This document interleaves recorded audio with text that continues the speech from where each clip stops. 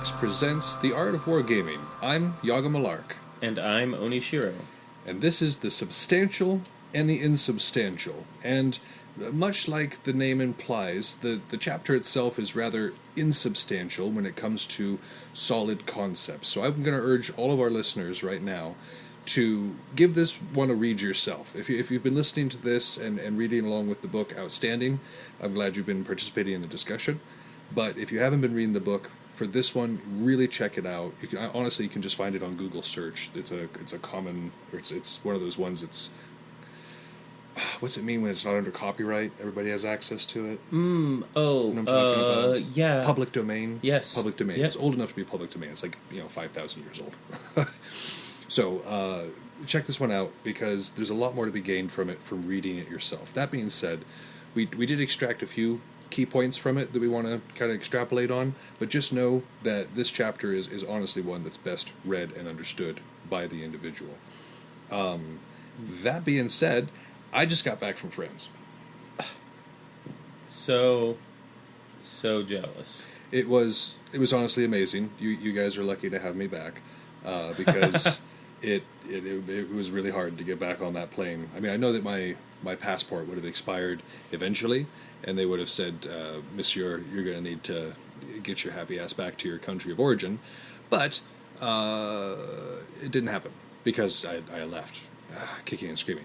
But it was an incredible experience just to be there and be surrounded by all of that culture and all of that history. It seeps into the stones.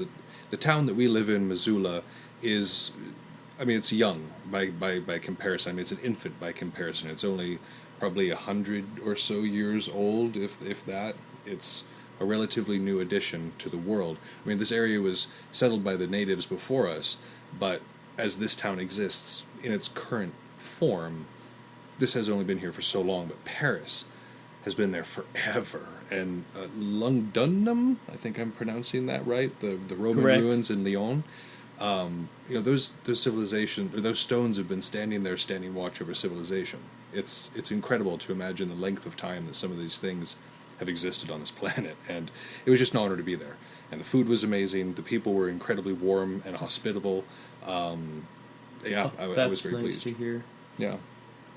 And there wasn't nearly the conflict that you see on the news. Like, I always hear on the news these issues over there, and what I found in France was a very healthy democracy, and what I found in Amsterdam was very healthy assimilation, and it was a very nice place to be, in all accounts. That's fantastic to hear.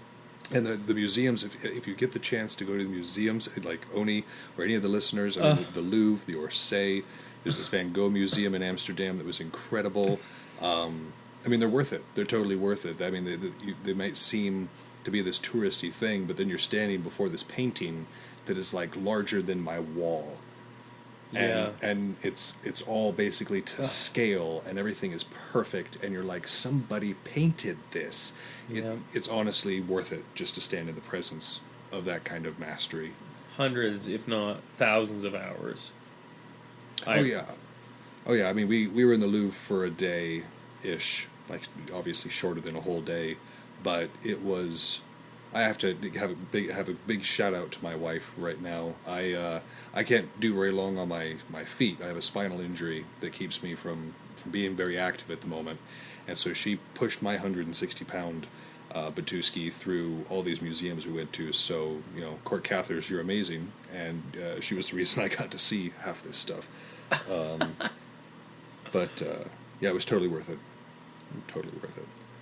But yeah, so France is outstanding, but beginning to come. What you got? What's going on? You're giving a pointer. Yep. Sorry, thanks for catching that. First of all, that is really brutal, but I'm glad that there was a facility you could be facilitated in a way that made it so you didn't have to not be able. You couldn't enjoy it at that point if you were walking around in pain like that. Oh yeah, I would not have been able to last like an hour, and all the stairs in those museums. There's no way I could have done those with the issues that I'm currently experiencing. So, no, and they were very accommodating. Everybody in the museums was very cool about it. Was very understanding. Like, we tried to be cool about it. I asked her a couple of times to go to ramming speed, but she didn't think that was a good idea. Oh, and that's the other thing. We can cut this out or not, but should we censor names? Whose names? Your wife. Oh no, I wanted to give her a shout out for sure. Okay, cool. Right on. I'm into it. I mean, my name will still be a secret. I mean, it's not that much of a secret. You can look it up. But I'll still go by my pen name. But no, I definitely wanted to give her a shout out. Okay, cool.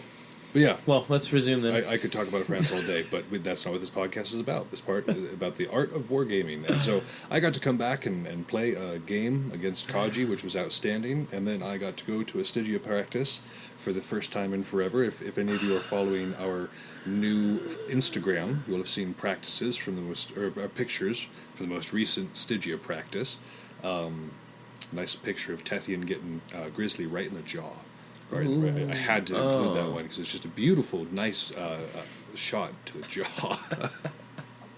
Grizz took it like a champ, but I couldn't believe I caught it on camera. I was so proud of myself. Seems to be the theme of the week. Yeah, I heard that the gladiators were a little headshotty this week too. Yeah, definitely. It's extra saucy today. Well, there's something coming in the way. I don't know if the rest of I know California's on fire, so by the time of this recording gets out, I hope that you guys have gotten some relief, because, good Lord. Yeah, so that's just a nightmare. But we've got some weather changes coming ourselves up here in the far icy north. Well, not as far as Canada, but we don't have any listeners in Canada yet, so we're further north than you. Actually, no, France is technically further north than us, aren't they? I think, questionably, yeah, I think, I don't know. That's a good question. Anyway, so practice was outstanding. Apart from the few headshots I was seeing, I saw a lot of improvement in fighters that I haven't seen for a while. A lot of people who were decent are pretty good now, and there was one new guy who I had never seen before, hadn't fought before, and his basics were quite good. I would be surprised if he had come to us and not had some previous training, because even though he looked bewildered, he moved with some degree of proficiency. Like, I was impressed. Excellent. Impressed. So practice was outstanding. I've got to hit a Sunday. Well, I know that you got timing issues. That's probably what you got. It's so rough right now, yeah. But that's okay. That's great to hear, though. Yeah. That's absolutely fantastic. No, practice was real nice. Everybody was vibing well. I enjoyed it. I have the same exact feeling about the gladiators. I'm so sad I missed them today. Soon we're lining it up. Yes. But the good part, one of our our fighters are just getting better, and not just fighting style. Like, this is these kids are younger, and they're learning a lot about life. Sure. Oh yeah. And I had some really good conversations today. One of which was like some pretty deep stuff about, like, depression and things being bad, and he's like, but why be that way? Why not be positive? And I'm like, awesome. Because, like, at that point it's easy to continue to be negative and be hard on yourself, and just it doubles down. It just makes everything worse. It does. Yeah. So, like, at least trying to be positive or open-minded towards positivity, or those good things happen, can be good in those tough spots, especially if that's what he's thinking about. Having a good attitude definitely helps. I mean, if you've got serious mental health issues, you definitely need to have treatment and everything for that. Yep. But there's no situation that trying to think of a positive way to spin it doesn't help, I guess. Absolutely, and that's it. That was all. Like, so it's good to hear. Like, definitely he's talking about work, real life stuff. Sure. Sure. But on the other end, one of our students who has picked up a strange style that I really am attached to, which is like a min-reg shield style. Okay. Which is that, like, off hybrid, DPS defensive style. Mm-hmm. Really good on, like, wall edges, So depending, on skill type, because you really limit your red shots. So the whole point is that you have a wall, you have a shield for yourself, and you can still throw armor negating and shield destructing shots. But it really limits your angles for the two-handed shots. You still have a wide variety of one-handed shots you can do.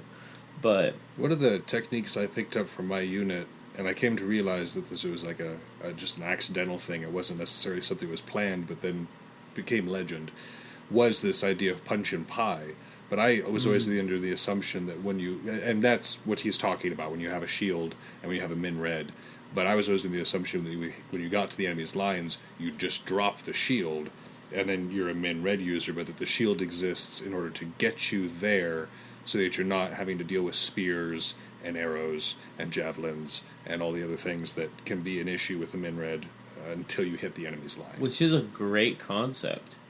And I mean, the meta version of that would be having the strap shield, so you could use red, and when you started to get in that situation where you did no longer wanted it, throw it on your back. Right.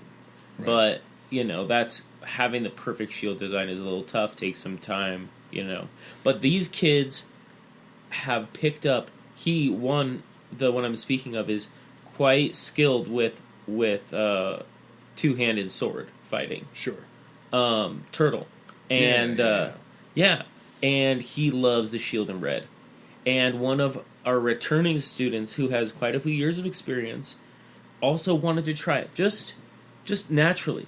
I haven't done it in a long time. Sure. He hadn't seen anybody doing it, to my knowledge, recently, but he wanted to try it.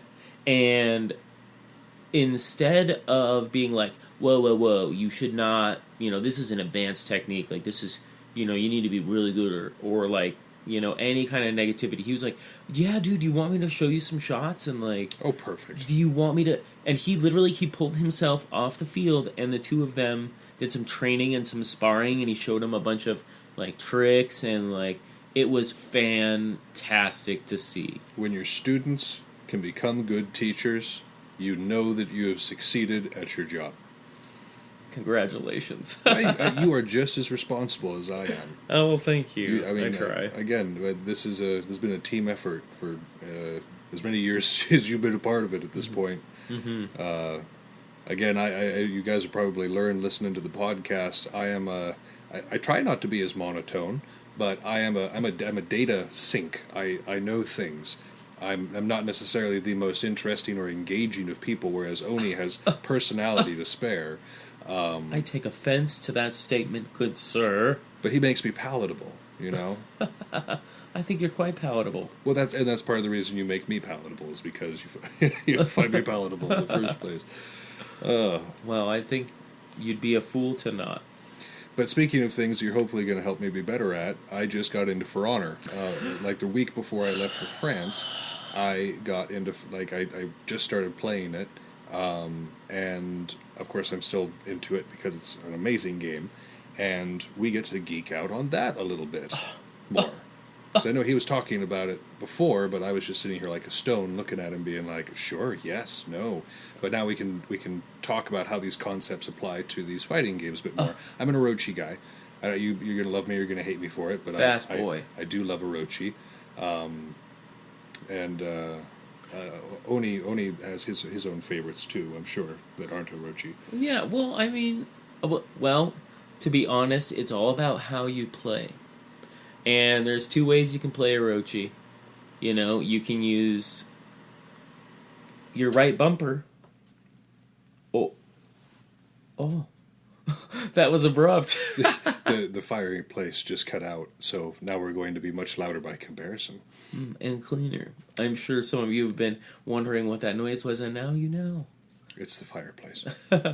Anyways, there's two ways to play it. You can rely on your right bumper or your R1 to let it do the dirty work for you, or you can use skill, and you can use meta and defensive techniques to properly fight and to properly do things. And I wouldn't at all say I was worried, but I would have been bummed if you were a right bumper type of player. But I didn't suspect that at all. I don't like the idea of light spam. For one thing, people catch on to it very quickly and know how to deal with it. For the other thing, it's not what the character's set up to do. He's all set up to do what I've been calling parries, but I've now just found out are called deflections. And that's just kind of the way I like to play. So proud.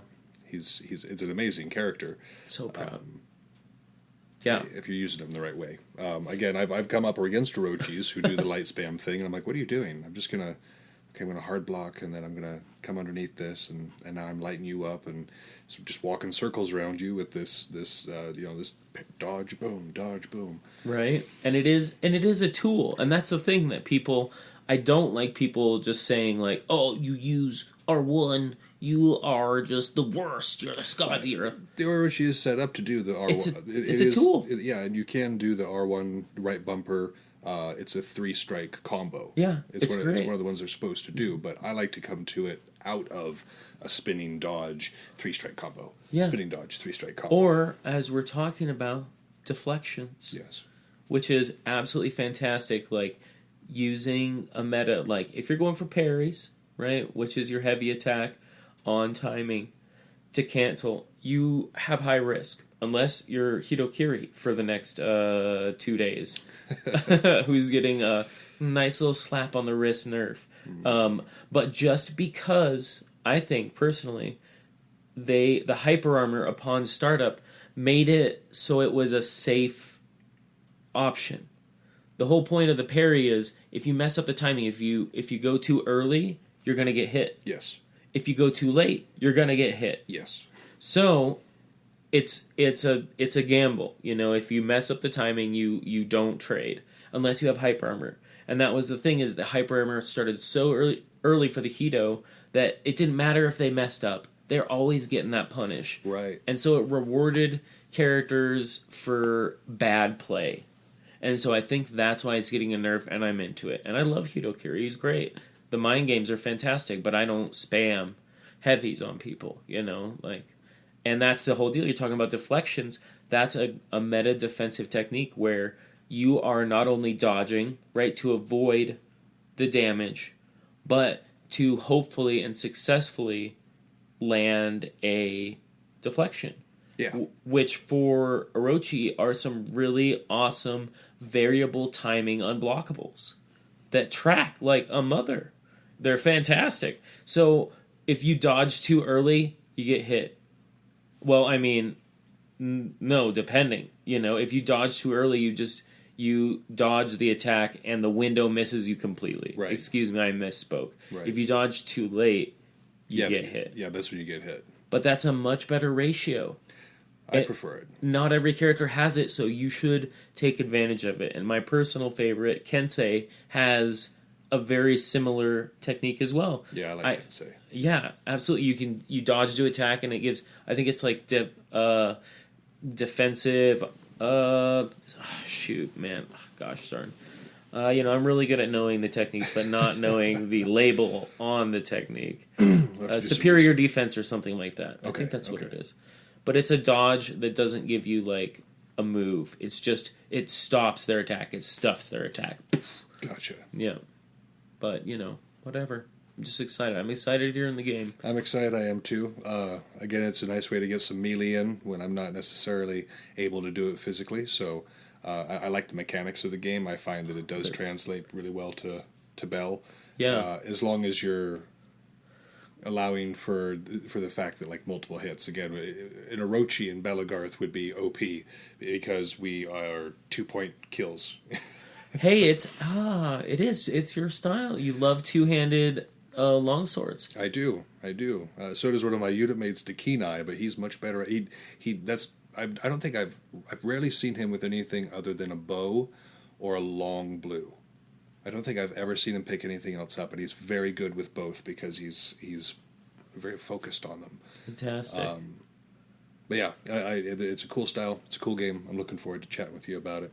But speaking of Belagarth, we do have some new officers. Our big ruling body just got some new names that I wanted to throw out.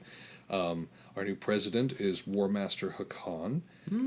Vice president is Sir Guts. Oh. Webmaster is Darian. Treasurer Fidel.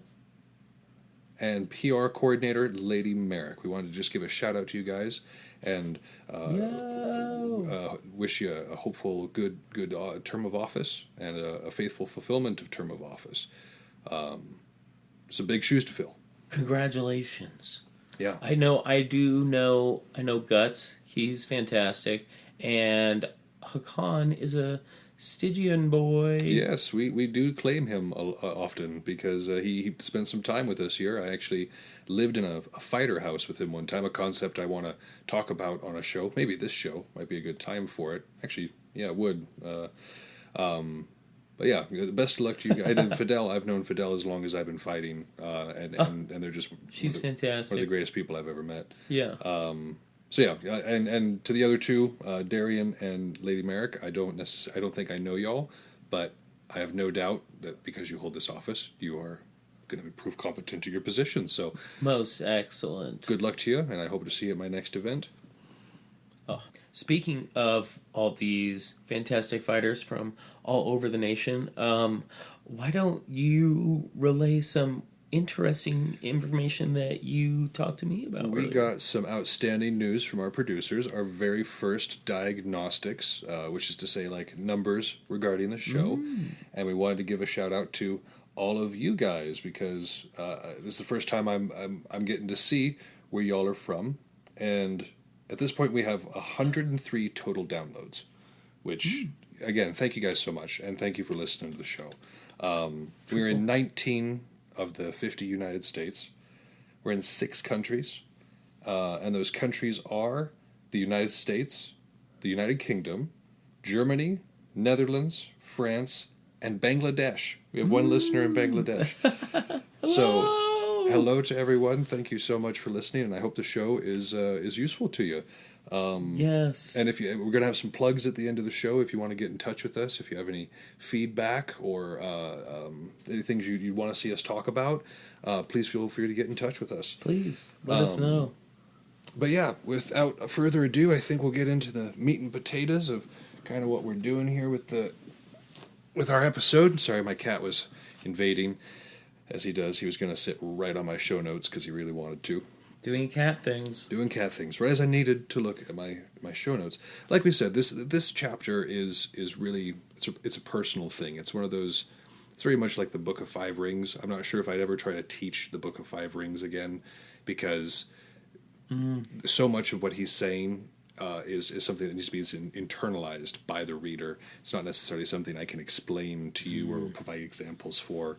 But one of the big themes of this chapter is the idea of taking control. And we've talked about this before, which is taking control of the battle, making sure that things occur on your terms. And particularly in this chapter, he's talking about attacking where your opponent cannot defend and defending where your opponent cannot attack. So it doesn't necessarily have to be as vague as it sounds.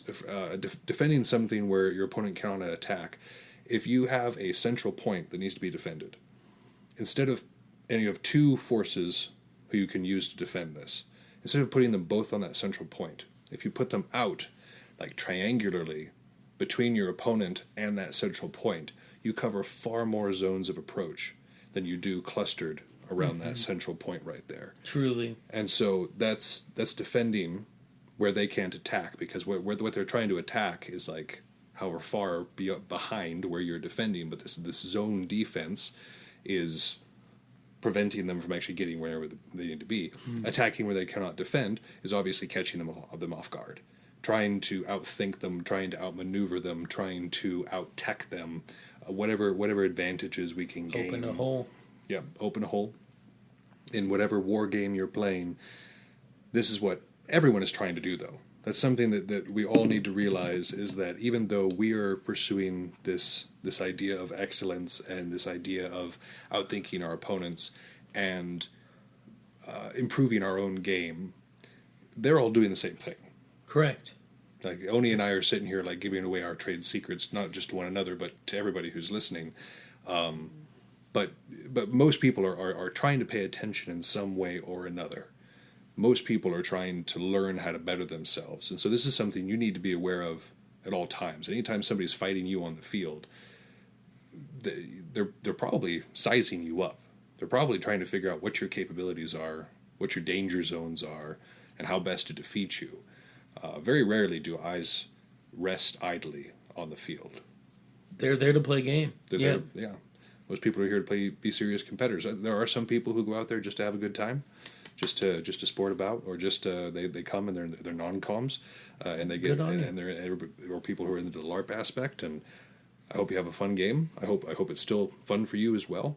But I am probably closer to what we call a stick jock.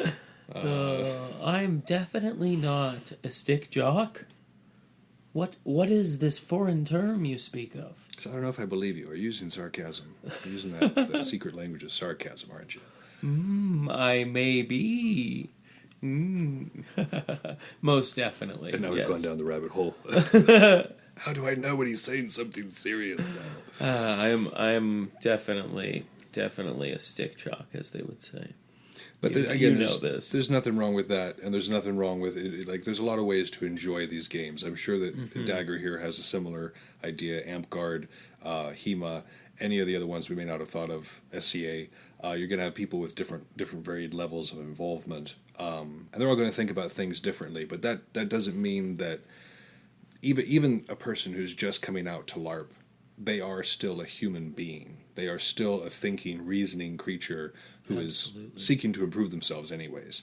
So if you're throwing repetitive shots, or you're cheesing them the same way every time, you're honestly teaching them. Even if they're not looking for it, people learn. We're just learning creatures. Yep. That's what we do. It's in the name, Homo sapien. And if you can't recognize that, you're going to have a hard time.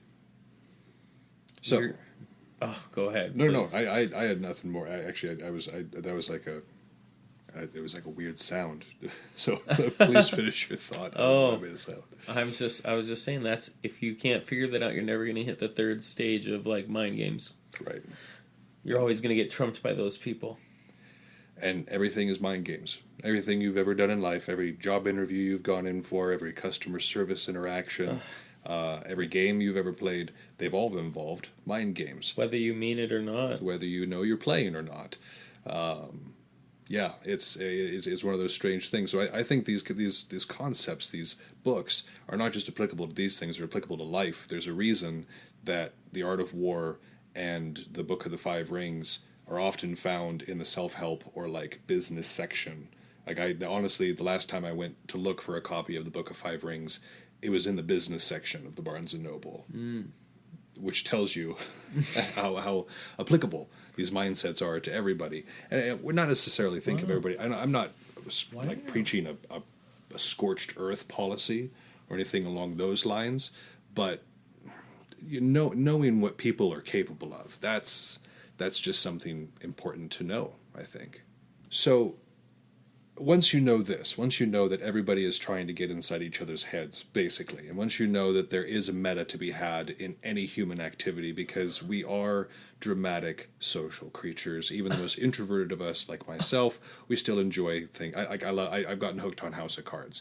I didn't think I would, and I had to get all the way through it because I love politics, and I just need to get over that.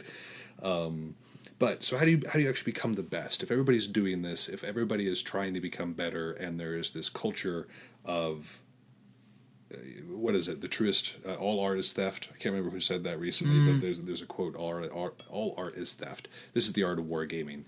Everything everybody has ever done has been based on somebody else's idea. That's just the nature of human beings. So, yeah. But how do you get to be the best? There are people who become preeminent and stay that way. For most of my career, the fighter Shai has been preeminent and has stayed that way for the majority of it. From the moment he came on the scene, Achilles and his brother Hobbit, they both have just been crushing it, and they have just achieved this preeminence within the sport. And there's been other names, I'm sure, all across the country. All three of those are slayers. But these are people. But how do they do that? How do they get to that point and maintain that? Well, from a huge part of that, I think, is in practice. You have to practice constantly. You have to practice on the field with large groups of people. You have to practice one-on-one and learn the nuances of that. You have to practice in all the different styles. You have to practice in all the different situations. And then you have to practice on your own. You have to be doing whatever Pell work or shadow boxing or forms are helping you advance as a fighter and help cement these things in your head so that they just become muscle memory on the field and so that you improve as a fighter. All these things are about practice.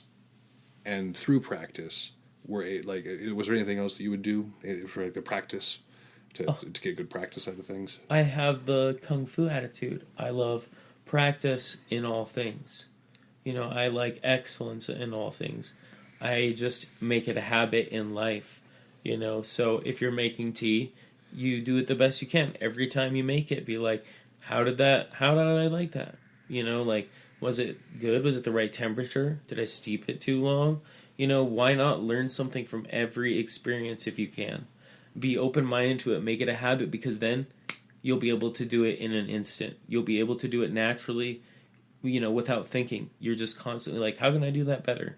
When you go into a fight, how can I do that better? What did I learn from that? Even if it seemed one way, So that's cultivating that mindset, that open, sponge-like mindset that most people lose after the age of about 15, because whatever thing they know is best. By the way, I say that because at 15, when I first entered this sport, I thought I knew everything. Because I had read... You didn't? I read some sword fighting manuals, yes. And I had taken some fencing classes, yes. And I watched a lot of medieval and fantasy-themed movies. So obviously, I knew everything. Everything there was. Way more than people who watched anime and then came into it. Weebs. So I came into it with this mindset. And I honestly kept this arrogant...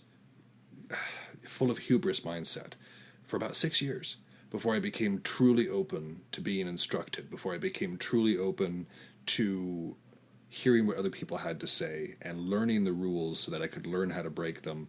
Like, it honestly took me about 6 years of being stubborn, and one of the biggest reasons for that was that I didn't get to any sort of events for the longest time. Of the people I know in Belagarth, it took me the longest to get to my first event. And that stifled my growth, because here in Stygia, sure, I could learn the patterns of various fighters and do okay against them. And so I could pretend to have a degree of proficiency, but that very first Chaos Wars, I'll never forget it. I step out on the field the very first time at Chaos Wars, and fighters are literally walking through me as if I'm not there. Like their physical presence displaces me. They kill me, and I don't even have to pretend to have a good death. It wasn't something I had to feign or act. I just was in the dirt, sprawled. I remember that's how I met Elrath for the first time. I remember my first thought being like, "Ooh, another left-handed fighter," and then I was in the dirt, and I was just in awe. I was just looking up, and I was like, "What just happened to me?" And it was like the whole first Chaos Wars for me. Everything I thought I knew, everything I thought that I knew about this whole activity, this whole sport, completely changed in my head. And it still took me several years to learn that I couldn't do it on my own. That just going out and trying to figure out the secrets, just reading the books and just pursuing the esoteric knowledge, that wasn't enough. You had to do the basics too. You had to learn how to throw the basic shot before you could learn how to do the wrap. You had to learn how to throw a single shot before you could learn the combo. There's steps, just like in any martial art. And battle application. So I was stubborn. I was very stubborn at first. I thought I knew best. And honestly, the biggest piece of wisdom I could give to a new fighter is be open to instruction from everyone. Because about, I would say 66% of them, so say 2/3, are going to give you advice that either you already know or that isn't going to be that useful to your style. But 1/3 of those people who talk to you are going to give you something very useful. And so, honestly, it's worth suffering all the rest of it in order to get those gems and get the things that... Because it's not that people don't have good things to say. It's just that a lot of people's advice is based on the way they fight or the way their body works. The way that my body swings and delivers shots is not the same as the next person. Correct. The tricks that I've learned are not going to be your tricks. So there's only so much that I can teach another person. Like there's a lot I can teach you about basic body dynamics and or in Warhammer, there's a lot I can teach you about the basics of rolling the dice and how to look up the stats and put in your abilities correctly and what the armies are supposed to do. And I could probably give a decent introductory lesson into For Honor at this point. But the bulk of the learning has to be done by the person. So again, this idea of practice in all things, in all places, and especially in what you want to get good at. Get good. And so in all this practice, one of the fruits that you're able to acquire is the knowledge of your own limitations, the knowledge of where the flaws are in your style. And it took me 6 years of just practicing with my own thoughts before I realized that I needed to do some research. And that's that's the natural progression from practice in my mind, is doing research to fill in the holes that you don't actually know. So let's say you're a very good sword on board, a sword on board versus sword and board fighter. That's a style you're really good at, but you're having a really hard time going up against reds.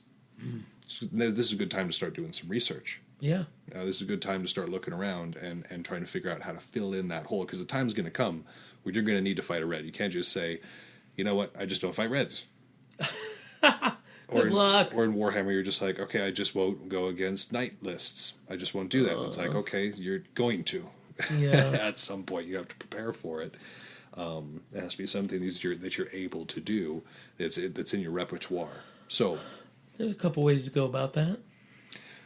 Which part? Taking on a red or taking on a knight? Oh, both. Oh, both. Well, with the knight list, it's about bringing the tools required for said things. Gotta dismantle it properly. That's right. You need something that's T8 or high, or a strength 8 or higher, that does a lot of damage and does it consistently. So relying on orcs' shooting weaponry, perhaps not. An orc melee weapon, perhaps yes. I, as an AdMech primary player, I love my Honor Gardoon crawlers with neutron lasers. They are my bread and butter. They come with me to every fight. And with them, my Castellan robots with incending carbines. Or phosphor. It's the phosphor. Yeah, I like to go with the full phosphor layout, because then you end up getting 36 shots that deny cover and are -2 AP, I think. Yeah. Talking about bread and butter, that is a hot butter knife right there. Yes. And that's enhanced with all the good AdMech stuff that you can do. So, but even with this, yeah, I had to do research in order to get to these points. That's how I deal with a knight list. And I had to do some research to do that, because for the first time, I think it was Sumatai. It was the first one in our gaming group to get an all-knight list. And I remember being so frustrated the first couple of times I went up against it, because I had no answers for that. That was a concept that was I hadn't really seen before in our small group or in the tournaments that we'd played in here locally. I love it. I'm sorry, it's terrible. I know. No, since then I've gotten the ability to run an all night list, and I do so on occasion. It's fun. Is it fun to do PvP? It's so much fun. Yes, exactly. Gundam battle. How can you not love that? I do. I mean, that's the thing is especially if you're going against. If I'm using an all-night list and I'm going against either another all-night list or a list that is capable of taking me, I'll have a good time. I'm one of these weird. I'm going to share something personal here. I'm like Catholic-ish, which is to say, like I have a lot of the characteristics and mannerisms of a Catholic without so much of the dogma. But one of the things that I'm very Catholic about is that I need to be punished for my actions. Anytime I've done something wrong, I'm usually the first person.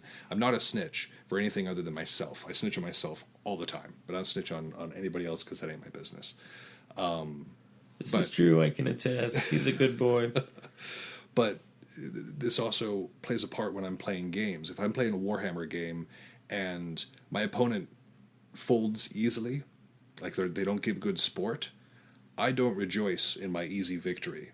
I honestly get a little miffed because I like the grind. I like the matches that I don't know if I'm going to win. I know that's not healthy. I know as a commander and as a fighter and as whatever, you should really enjoy those clean victories that just come easily and where you've done everything right and the victory falls into your lap. That's the whole point of this.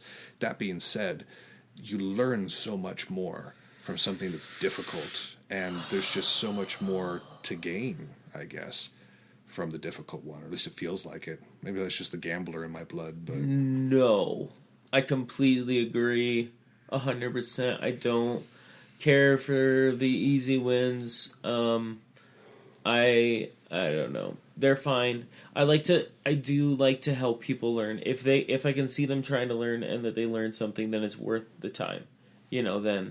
Then it's not time wasted. right. But a good fight is so much better. Yes. I'd rather have it at 5% HP left, just the sliver, than like just a straight shutout. That's not. I mean, they're great to see, but like, you're gonna learn so much from that. You're gonna like advance so much as a fighter and your mind if you're going in with that open mindset.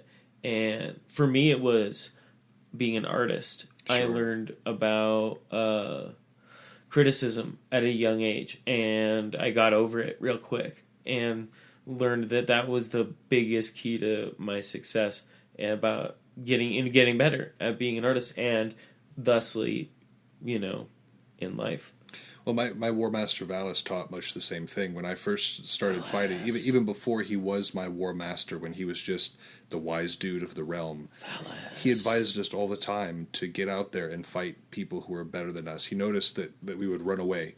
Like Thumbs and I talked about this a little bit while he was on. We did not have the ability to take the Urukai on a front-on-front fight. Mm-hmm. So the DGMA would often like use other units against them, like maneuver them against other units, or just try to maneuver in such a way where they could hit them, Yeah. Mm-hmm. You remember those early days. Yeah. Mm-hmm. But Valis saw this and he said, I appreciate the tactical acumen, but as fighters, you need to go head to head. You need to at least spar with people who are better than you so that you can learn something more, because you're going to learn far more from those losses than you are from easy victories. And I guess that just stuck with me.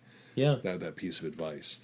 So that's a huge part of this research, is being open to it, being humble enough to admit that no fighter is perfect, that no style is perfect, that no form is going to defeat any enemy. This isn't Naruto. It's not one of those things where you can have an unbeatable, unblockable form. It is a matter of practicing and constantly evolving and researching your own flaws and being humble enough to admit those, I think. Absolutely. And like you were speaking of earlier, we talked about your Warhammer K version of that research. Yeah. And in Bell, personally, when we were talking about learning to fight a red, for example, my personal style is to confront it specific, as you were saying, as we were talking about, to confront it specifically head on. Like, I'm gonna find red fighters. I have a hard time with them. Why red fighters mess me up, pole arms mess me up, I don't know how to fight that. Instead of being like, well, I'll just fight around it, or, I'm gonna find those people and I'm going to figure it out. I'm gonna go fight them. They're going to whoop on me, and I'm going to figure out why they're whooping on me. Right. And I'm going to figure out what I need to change, what I need to do different, and I'm going to try it. What happens when I do something different? What kind of result do I get out of that? And that brings us actually to the next part of this process, which is experimentation. Is realizing where you have these failings, doing research, getting these ideas, getting this other knowledge from other places, and then applying that in the form of experimentation with something new. Do you, like Oni was saying, don't know how to fight reds and spears? Line up against them every time during the large field battles, and not only try new things yourself, but when you see somebody do something successfully against the type that you're going against, observe that. Say, what did they just do there? What maneuver was it that enabled them to get that kill, to make it look easy, this thing I'm struggling with? Definitely learn from people. You may not be able to move exactly like they do, but you can still apply the concept that they're using to whatever you're doing. And that strategy is really only properly utilized if you as well are going after that red, that spearman. Because that's how you're going to be concentrating on it. Sure, you can watch as you fight the shieldman next to him, but you're not going to see the nuances. You're not going to see, because you are analyzing their defense at that moment. You're analyzing their fighting style. Right. So if someone is fighting you with them, or you're watching someone fight those people, you're seeing why what's happening is working. Because you're not just seeing it out of the corner. You're like, successful hit. You're like, oh, dude, he waited till this window, or he feinted that in, and with multi-man, it was just he couldn't hang with it. So, and like with any scientific experiment, this is something that needs a large target population. One of the things that's like hindered me earlier on, like I was saying before, was that I thought by fighting shieldmen in Stygia, I was learning how to fight shieldmen everywhere. And while that was kind of true, it also, every shieldman is different in their own way. They're going to take these concepts, they're going to take these styles, and they're going to use them in a very personal and unique way. So it's the best part. I leveled up when I started going to more local events like Chaos Wars stuff in Idaho. I leveled up again when I started going to further away Western events like ones in California. I leveled up way more when I went out east and experienced completely different things than anything I had experienced before in large groups out here in the West. So these concepts, this idea of practice, research, experimentation, there is no ceiling, there is no max level. There's always just the expansion on that idea. But in this pursuit of excellence, in this constant repetitive cycle of practice, research, and experimentation, it is good not to become too eager. I know Sun Tzu says that there is no advisable caution in battle, but there is such a thing as good caution, I guess. I mean, I suppose maybe I'm biased. We've already discussed I'm an Orochi in For Honor. That means I'm a counter fighter. I like to wait and see what my opponent is going to do. I do the same thing in Belagarth. I often do the same thing in 40k, unless I'm doing my shooty army, in which case I've already done the math and know what I need to do in that case. I'm very back. God, I love the Adeptus Mechanicus. I like it though. I like the counter fighter style. It's a good, strong style. But this I think that epitomizes what we're talking about here in the terms of patience. I wait for my opponent to show me something, and then I act on that knowledge, because the one thing, all the preparation I've done in my life cannot tell me the one most important thing in any fight, any battle, any match, which is, what is my opponent going to do next? I'm not a psychic. I can't have that kind of knowledge. Nobody can have that kind of knowledge. No matter how well you think you know somebody, you don't actually know what they're going to do next. So I say wait and see. Set yourself up in a position where you're able to respond. Make sure that you are, like, I adopt a stance in Belagarth that allows me to shoot for any of the the main blocks that I need. It's not a super aggressive stance. It's a very defensive stance.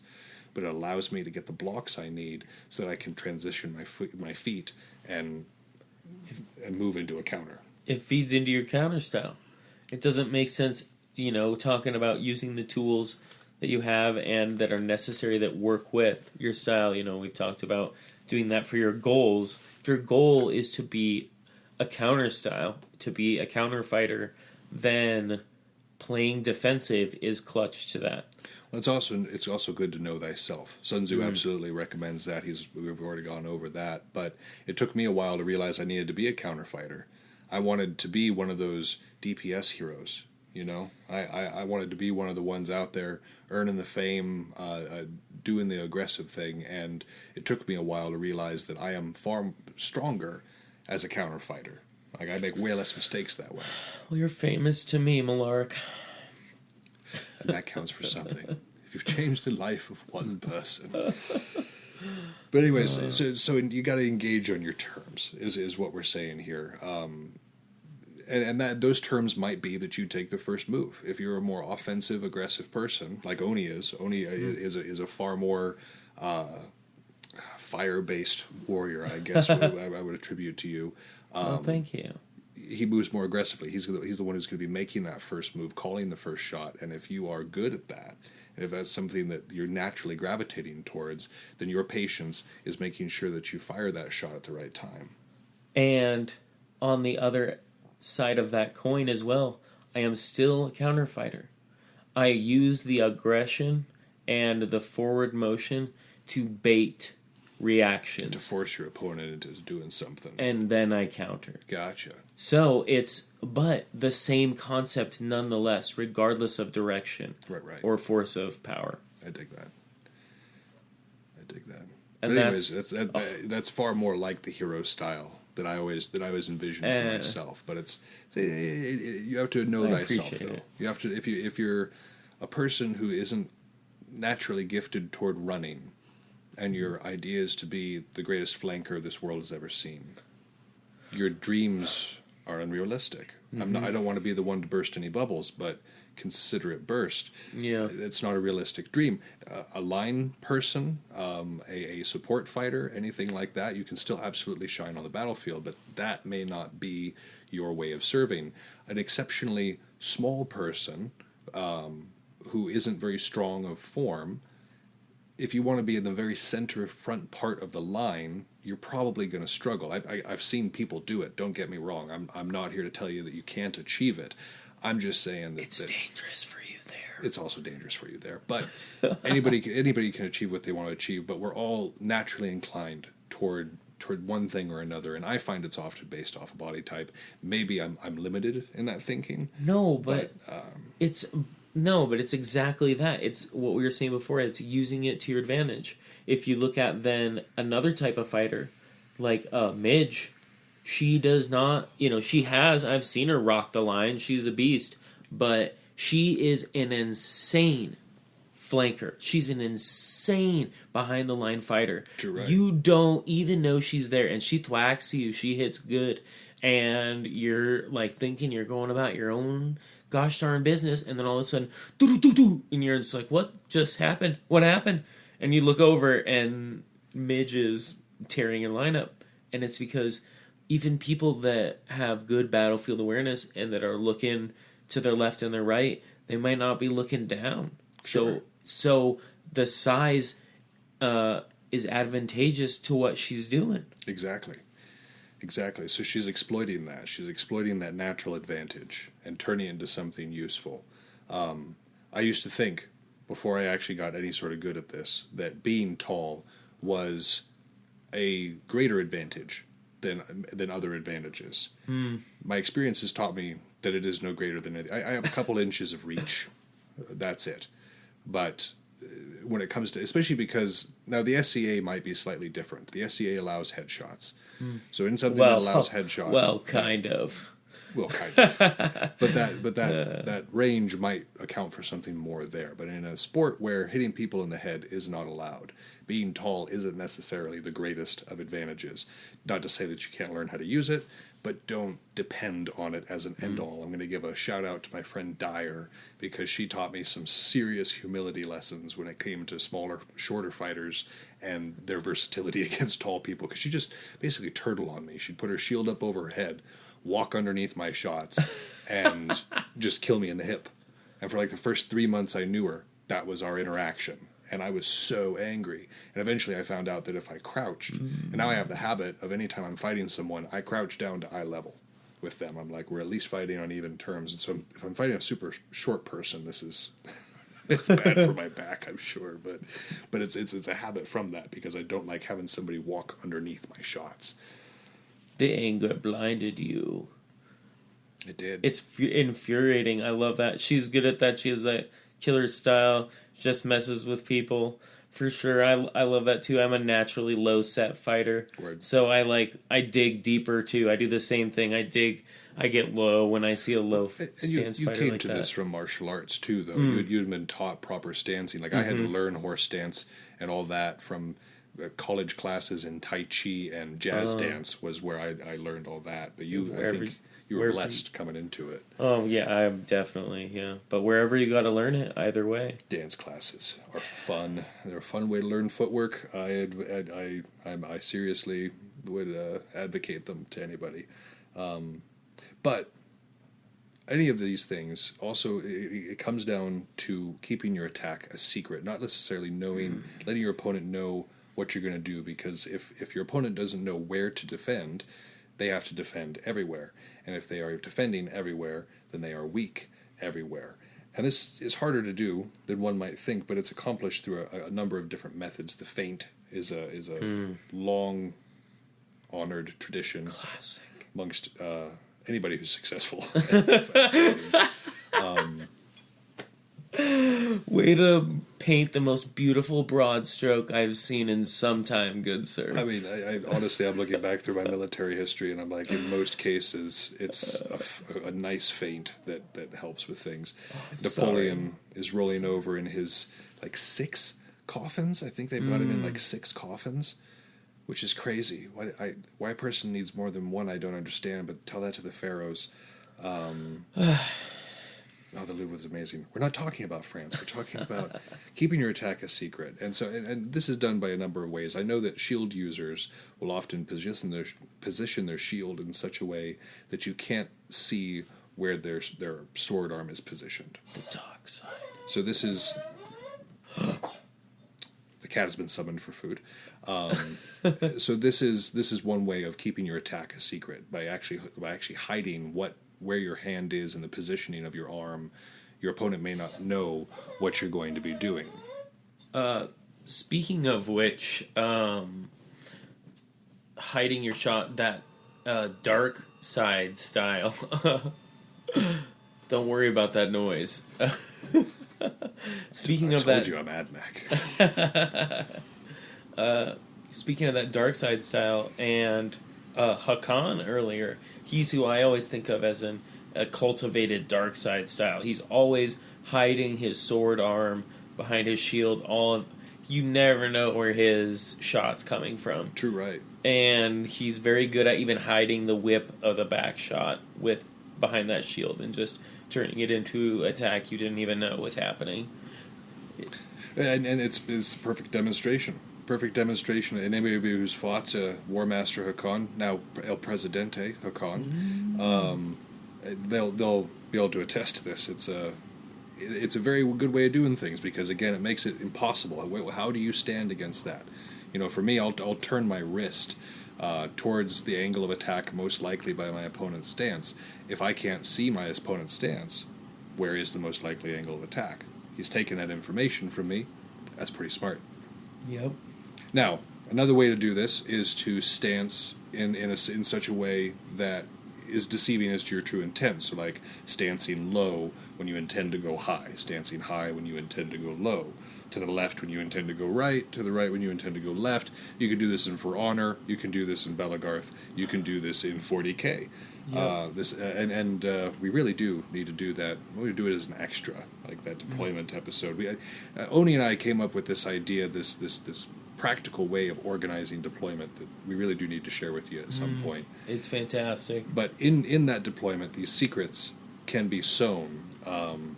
And sometimes I like to do this in 40K. For instance, I'll have a group of Castellan robots that are very forward set. And I've got a group of Qatari Vanguard that are with them. It's a very convincing push, because these are my punchy bots, and they are coming to punch things. And if they do get to the opponent's lines, they wreak some havoc. They got a 12-inch flamer that ain't nothing to shake a stick at. And they got these amazing fists that just unmake things, especially when you put them in Conquer Protocol, game over. I mean, it's awesome. So I put that out there. And my opponent, usually very wisely, spends the first round or two trying to take those darn things off the board. And what they're not shooting at during this time are my Onagers, my Onager Dunecrawlers. Now, that being said, this shot, these bots, when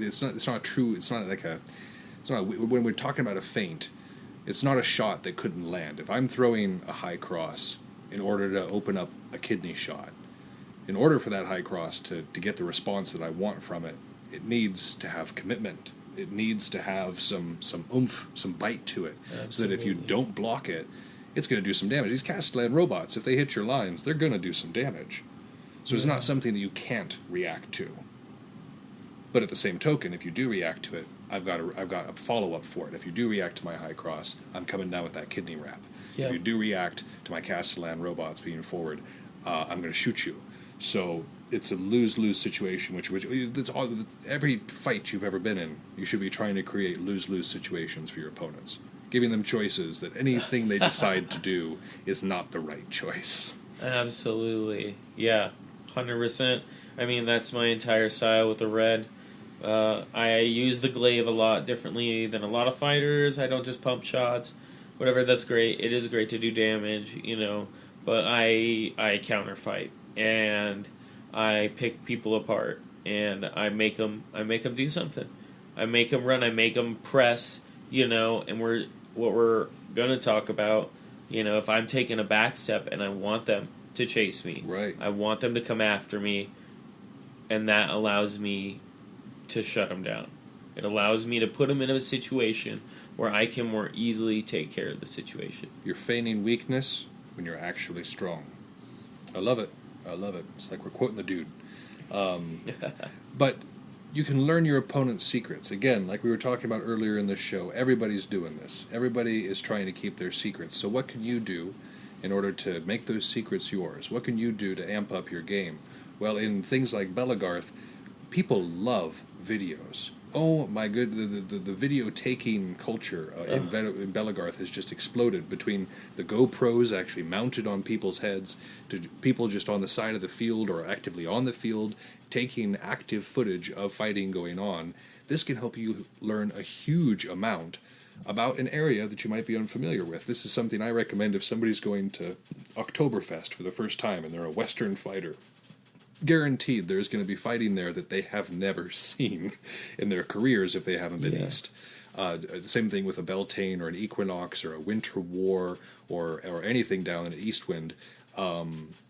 People in the West, they just have never seen anything like that. Yep. And so I tell them, go and watch these videos. Even if you're not learning about a specific person's style, you're not learning how to defeat like one person, you can learn the style of a region or even the style of an event because of the way that the field is constructed, and learn some things from that. So video is a huge way to be able to learn about people. And the same, like in Warhammer, there's also a lot of video of events. There's so many battle reports out there, it can make you nauseous. Like you could sit there and watch battle reports on YouTube and have that be your day job, and you would never run out of a job, because there's constantly new ones coming out there. And so there's video of how to do these things better. Shout out Tussles, yeah, for the Belagarth one, absolutely. Yeah, they do some amazing footage, and if you're not watching Tussles, you're not learning what you could be. He's fantastic. He's phenomenal. And then for Honor, it's the same idea. People stream For Honor. There's all sorts of YouTube videos out there for it, and for any fighting game. So any of these things we're talking about, there is a resource. There is a visual resource that you can consult and learn some things about. Having trouble fighting Reds, go and watch some Red videos and watch where their swings are at and where their weaknesses are, where they're getting defeated, and incorporate that into your own style. So with this comes observation, and the observation can also be live. So if you're at an event and you're not actively fighting, I'm not necessarily saying that you should never have any social time whatsoever, but you should definitely be spending some time on the side of the field watching your fellow fighters and getting tips from them that they're not necessarily aware that they're giving you. Absolutely. And even, like, personally, every time I die, some people just walk off the field and just, no, they just relax and take their time, and that's fine, but you're missing out on that. If you die, take the opportunity to watch, while you're thinking about, what happened, why did I die, what mistakes did I make. You're also picking people apart. You can be looking at them and watching the style, watching Red fighters, what are you doing, what are they doing, what's effective, what's not effective, all that. The person that killed you, how did they just kill you? How are they killing other people? How can you prevent that in the future? Yeah, we tell this to our students all the time too. It's like, watch, when you're dead, that's not like go be social time. That's go to the side of the field and figure out what you did wrong. If you want to get better, again, if you're a casual fighter who has no active desire to like pursue this, That's fine. you're probably not listening to this podcast. But if you are Touche, good sir. if you are seeking to better yourself, people are right there. There's live observation right there. And if you're at a Warhammer 40k tournament, it's kind of the same idea. Let's say your round ends quickly. It's either a victory or a defeat. It doesn't matter. You have a perfect opportunity at that point to wander around and look at the competition. Look at the styles that are being used, or at least the different army types that are out there on the board, to get an idea of the universe that you're now operating within. Yep. I don't believe there's any rules against it. I mean, if there are, don't do it. I'm not advocating breaking the rules, but the tournaments I've been to didn't have any rules against that, and so it was, yeah, that was an amazing time to go around and just kind of in my mind put together a tentative plan. Again, you don't want to have any sort of concrete plans going on because they'll always just completely dissolve upon meeting the enemy. But having some ideas about what you're going to come up against, that's taking away these secrets, and that's studying your opponents and getting something from that. Do you have anything to add to the idea of observation, Oni? Oh, absolutely. You just nailed everything on the head. All right, I got it. You can't play mind games if you don't know the available mind games. If you know your opponent, if you're watching them, you're learning what cards they have in their deck. That's right. You're learning what kind of combos they can do. Seeing where they're at. It's vital.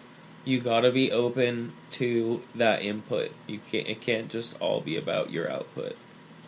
And to know oneself and to know the enemy, that is how to get victory in every single battle, at least according to the guy we're studying right now. Truly. And also, one of the best ways to learn and to study one's opponent is to do so directly, which is to say, have a conversation. One of the themes that we've talked about on this podcast before is the idea of sportsmanship, which is to say behaving in such a way that people want to have a conversation with you afterwards, would be open to going and getting a beer or adult beverage of your choice or water or whatever. It just going and sitting by the fire or going after the tournament and talking with them and saying, how did you throw that really cool shot that you did? Or I saw this maneuver that you pulled during the Warhammer tournament that was incredible. Can you explain a bit to me the mechanics behind that and how it all kind of fit together in your mind? And get people talking about themselves. People love to talk about themselves. It's the most reliable human resource, is just the chattiness of other humans, and especially when they're bragging in some way. So this is a perfect time, especially, and liquor them up a little bit. I'm not advising it for too much, but you learn a few things about Mealy Moses when he's had a few beers. I'm just saying. Mosey! I love you, Moses, my bro. I hope you're having a good time down under. Dude, he is. Dude, he's slaying fools wherever he's at. That's guaranteed. how he does. That's how he does. Guaranteed. I hope the Australian beer is treating him well. Yeah, he's off and about right now, isn't he? I think so. Yeah. But yeah, so again, whatever it takes. Again, not advocating anything immoral or illegal, but you get people talking about themselves, and there's usually a quid pro quo. If somebody's going to be open to sharing some trade secrets, you're going to need to be open to sharing a few trade secrets. But remember that percentage I was talking about earlier, 66% of what you hear is either going to be non-applicable or stuff you have already heard. I'm not saying you need to give up your diamond in the rough. You don't need to give up your best piece of little of information that keeps you alive and gives you your edge. But there's absolutely pieces of information that can be traded for others. So I'm just saying, be open to it. Be open to it. This is a continual growing process, and part of the nice thing in being in a community where if you lose, you don't actually die. I love it. It's pretty sweet. There's no reason not to. There's no reason to not have fun with these people. Like, there's no reason to not talk to them, to not interact, which is definitely like one of my oddities. I am pretty aggressive and loud on the field, but off the field I'm just a friendly young man. I love chatting with people. I love people, and there's no reason to not talk to them. Tell them good fight, and both learn from it, and both progress as fighters. Get to that better fight stage where you get those good fights. That's actually true for a lot of people. I know several people. My apprentice Desi being one of them. She has this incredible fierce field presence. Like if to hear her on the field and to watch her calling commands and blowing people's brains out with her arrows, you would think that she is this untenable force. And while she is incredibly motivated, I don't want to take away from that. She's also a very cheerful, pleasant person who I'm proud to call my apprentice. So she has this, like you said, this on-field presence, this incredible ferocity that she's able to bring to these fake battles that we're doing. But then off-field, she's also a very decent person. So remember that. Remember that people's battle faces, like my battle face, I get this deadness to me, is the way it's been described to me. I'm just kind of sitting there looking through people, and it's this coldness that it doesn't necessarily scream, "Come have a beer with me." That being said, I don't turn people away. If somebody comes up afterwards and wants to have a conversation, I love talking to people, and I love learning things from people and teaching things to people. So if that's where people want to be, I'm totally open to it. My on-field presence would not suggest it. Whatever. I look very disinterested in what's going on field. I see through your hard exterior. You've known me how long? A minute. This is true. This is true. We've shared many things, Onishiro. Yeah, we know each true. other quite well at this point. Yes, we do. And there's and that's nice, but that also means that you can't see me as other people see me. Truly. You know. And the same goes for you, good sir. Or for myself, I should say. And we can sit here and say we're the most approachable dudes ever, but that doesn't change how other people are viewing us. Oh, no. Yeah, I have a face, too. I make a face. But I've noticed that most of the people that I thought were going to be unapproachable turned out to be really nice guys. Hakan seems to have come up a lot in this episode, but he's one of those fellas who has a very intense game face, very friendly, very open to talking with people off field. Super. But he has a very intense game face. There's a picture of him out there on the internet of him just wailing down on somebody. I think it is the most iconic Hakan moment that has occurred in picture form. At least his like on-field persona. Have you seen it? You know, the one where his bat is like bending time and space, and he's just like mean mugging above this dude. Like it's hardcore. I love it. Those are the kind of pictures that I show to people who are like, "Oh yeah, it's your little tap sport," and I'm like, "Yeah, okay." Let me show you now. Tap. So with all this knowledge out there, with all this plethora of ideas and all these plethora of other words besides plethora to use to describe many options, you should never be employing the same strategy twice. You should never. I mean, use the same ideas, use the same concepts that you know work, but never do the exact same thing twice, because people are going to start learning from that. Yep. You're going to become predictable. You're going to get patterns, and that's how people get beaten more easily. Don't spam. But I don't want to overgo on this, so we're going to go into our battle right now. Oni and I get chatting, and it's hard to stop us. I'm sorry. But the battle that we have to demonstrate this idea of the substantial and insubstantial, and really just being the best in your pursuit of excellence, is the Mongols again. I know we've talked about them again on the show. I love them. But it's hard to not have a conversation about them when you're talking about mastery of the battlefield. I mean, they controlled the largest contiguous land empire that has ever existed on this planet. Yeah, props. Britain technically had a larger one in square area, but they ruled it from the ocean, and they did so with cannons and slavery and awful things. Not to say the Mongols were saints, but theirs was the largest contiguous empire. So there's something to be said for founding something like that. And this battle, it's the Battle of the River Kalka. And this is when they started to make their westward expansion after they had secured most of Asia. And they're moving through Central Asia and into Eastern Europe. And this is specifically in like the southern Russia, like Ukraine, Crimea area is where we're talking. And the year is 1223, and the day is the 31st of May. But our story begins some 9 days earlier. Now, 9 days earlier, the Russian army, or more specifically the army that was raised up by the Kievan princes, had begun their pursuit of the Mongols, who they had assumed were in retreat from their army that was some twice the size of the Mongol force. Now, this force that the Mongols brought under the command of Subutai and Jebe, two of Genghis's most trusted lieutenants, was only supposed to be a recon force. It wasn't necessarily supposed to be a conquering or occupying force, but they had done a pretty good job in getting there. So the Kievan Rus... Just to interject, I believe, actually, from what I was reading as well, that they even put in a request to continue pushing. Like, this was something that they were doing so good that they personally wanted to go forward. If that campaign hadn't had to turn back for Genghis's failing health, there was not a whole lot that could have stopped them. Because Europe was not prepared for the might of the Mongolian Empire. And even though these two were not Genghis, they were well schooled in the secret history of the Mongols and in the 16 tactics that they described therein.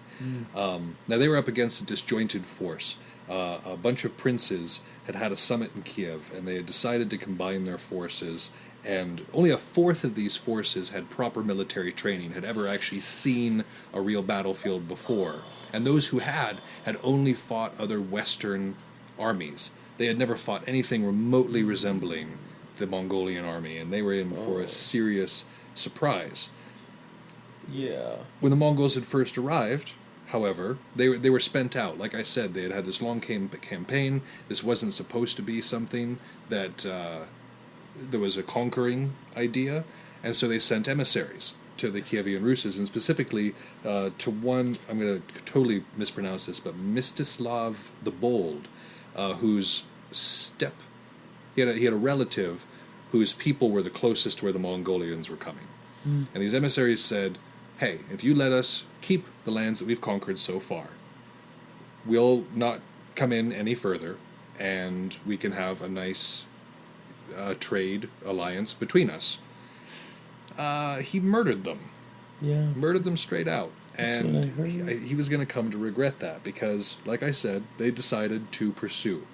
The Mongolians started their retreat, and so they'd set their line and fall back, and they did this for 9 days, and for 9 days these Russian princes got stretched out. Because, each group moved a little faster, slower than the others, depending on the day and conditions. And so, after 9 days of non-action, the coherency starts to break down, and they're getting a little strung out. So, finally, after all of this delay, Subutai reverses his forces on the banks of the Kalka River, and that brings us to where we started off with this idea on the 31st of May, joining battle. Now, when it begins, it's on let's say the eastern bank, and so the Mongols have their back to the river, and they are at first engaging the Voiharians and the Polovstians. I'm sorry if I'm butchering these; they're names I've only ever read. You are forgiven.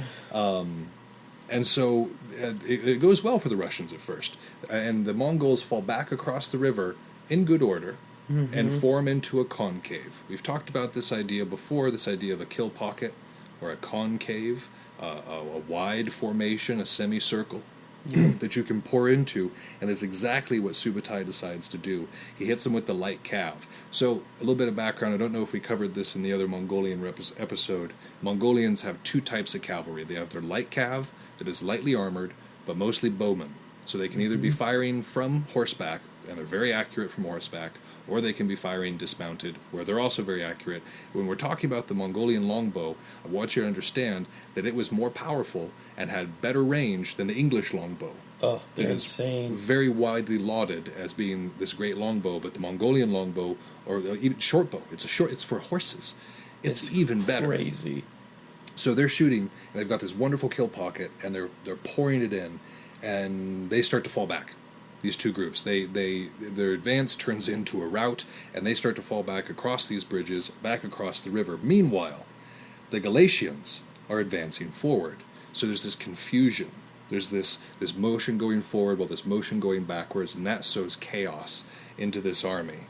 And at that point, Subutai orders Suger and Teshi Khan to hit him on the flanks with the heavy cav. Now, the difference between the light cav and the heavy cav is implied in the names. Heavy cav had heavy armor, had heavily armored like horses and rider. So you had a lance usually, a shield, and then a sidearm as a sword, such as a sword.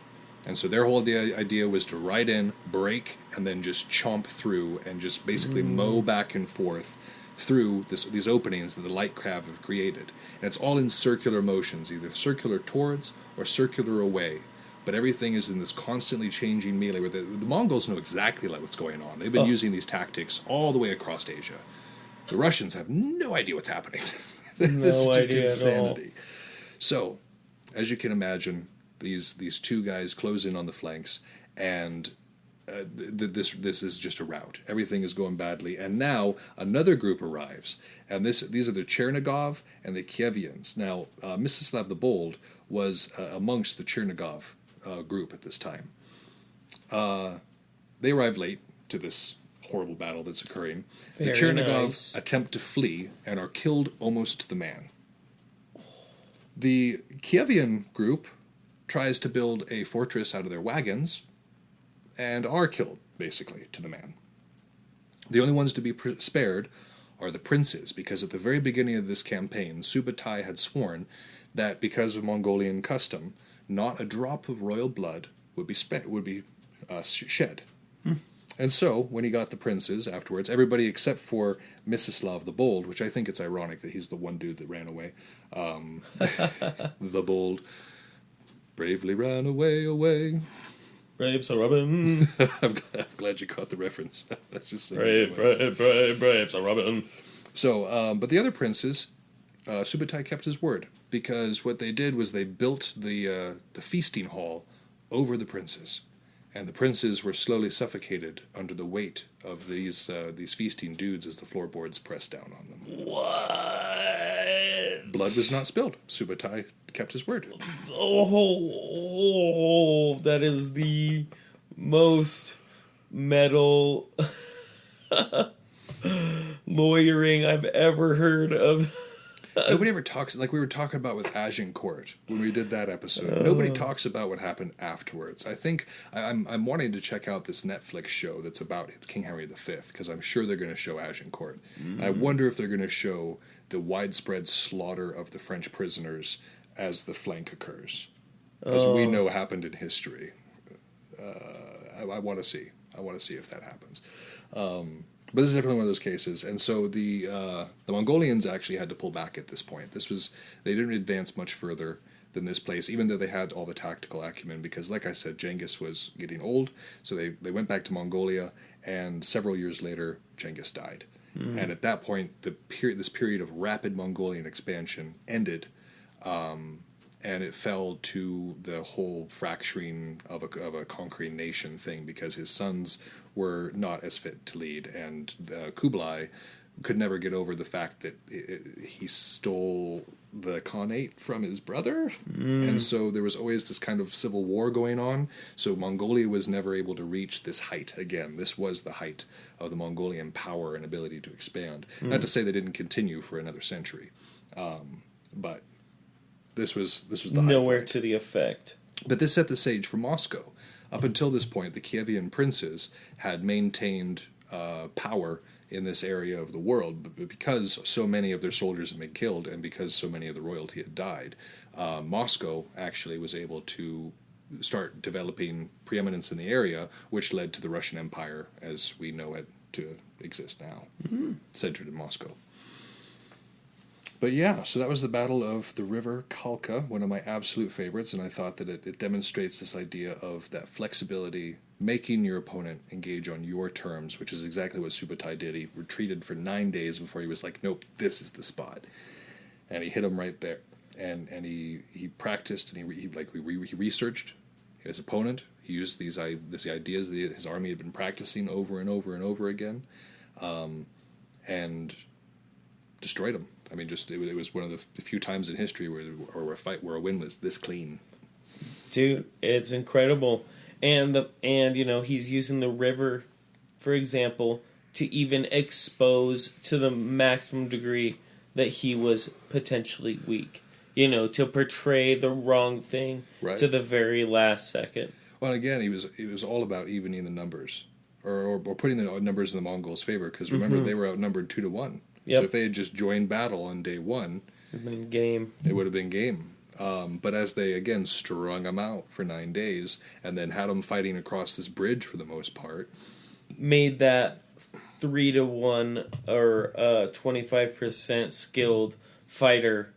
Like, really pulled that out, you know? Yeah. Like, what are your other troops going to do against these cavalrymen that they have no idea how they're even fighting? Well, at the time, I mean, the horse was the intercontinental ballistic missile of the time. Like, it was, like, if you had a good cavalry, that was the game winner in this era of warfare. And this was the bread and butter of the Mongol army. This was the horse was what they had grown up on, and they had such a focus on their horses. Oftentimes, the horse that a rider rode would be killed when the rider died, so that they could ride through the spirit world together. But a rider would often have 3 or 4 mares that they could string together, and then when one fatigued, they'd switch to a different horse. Yep. And so they were constantly riding fresh horses, and the Mongolian horses, these steppe ponies, their natural diet was these short grasses, so they were used to getting their sustenance on the go. They didn't have to worry about bringing a bunch of expensive feed with them or anything like that, because here they are riding in Europe, and there's these rich grasses everywhere. Their horses must have been going crazy. Could only imagine. Kick everything right now. But yeah, so mobility is the same way. Like if you look at Warhammer 40K, the current meta, or if you look at Belagarth, mobility is never a bad thing. Fighters and units and armies that can capitalize on mobility a little bit definitely have an advantage over their opponents if they're able to use it well. There's also the same idea that running onto somebody's sword, you got to be patient. It's a checks and balance. Like, it's one of the most basic, like, yes, no, flow chart things. Like, is this fighter faster than you? Like, right. You are in trouble. Are they going to beat you to that draw? Yep. But yeah, so we hope this has been useful. Again, whether or not this episode has been substantial or insubstantial, I suppose, is up to y'all. But I hope it has been good. And I wanted to put in some plugs real quick before we end. We are on Facebook. I'm sure a lot of you are on there, but it's the Art of Wargaming right there on Facebook. You can kind of get the episodes and see the things we're posting. We have an Instagram account as well, where I'm sharing pictures of people's armies and garb kits from Belagarth and other things that I think might be useful to wargamers. And that is the Art of Wargaming podcast. I think that's our tag on Instagram. And then we also have an email. If you have questions, comments, concerns, constructive criticism, anything at all, a battle or a concept that you think would be good for us to discuss on here, you can give us an email at artofwargamingpodcast@gmail.com. Yeah, I think that's all I got for today. How about you, Oni? Fantastic. Well, we hope this has been a useful segment for you. We hope that this has led to a greater and deeper understanding of wargaming and the things substantial and insubstantial. And next week, we will be talking to you about maneuvers against the enemy. This is one of my favorite chapters. I love this one. I'm going to say that about every single one. This is my favorite show. This is my favorite show. This is my favorite show. Hey, well, that's why we're covering it. It's a good one. It's just such a good text. Like, when you can say that about every chapter. That's true. No, this one's also really applicable. So we hope you tune in. We hope you're enjoying yourselves. But for tonight, this is Yagamalark signing off. And Onishiro signing out.